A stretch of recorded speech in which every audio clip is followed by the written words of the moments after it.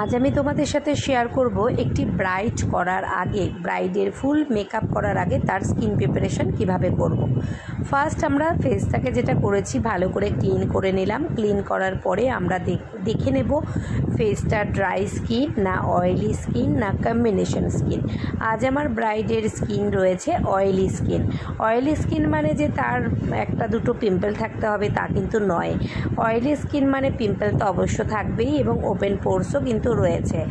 আজ আমাদের ব্রাইডের পিম্পল নেই কিন্তু অসংখ্য ওপেন পোরস রয়েছে। ওপেন পোরস তখনই হয় যখন ফেসটা আমাদের অয়েলি স্কিন হয়, তখন আমাদের ওপেন পোরসগুলো একদম ওপেন হয়ে থাকে। তো সেক্ষেত্রে আমরা কিন্তু অয়েলি স্কিনের প্রোডাক্টই ইউজ করব।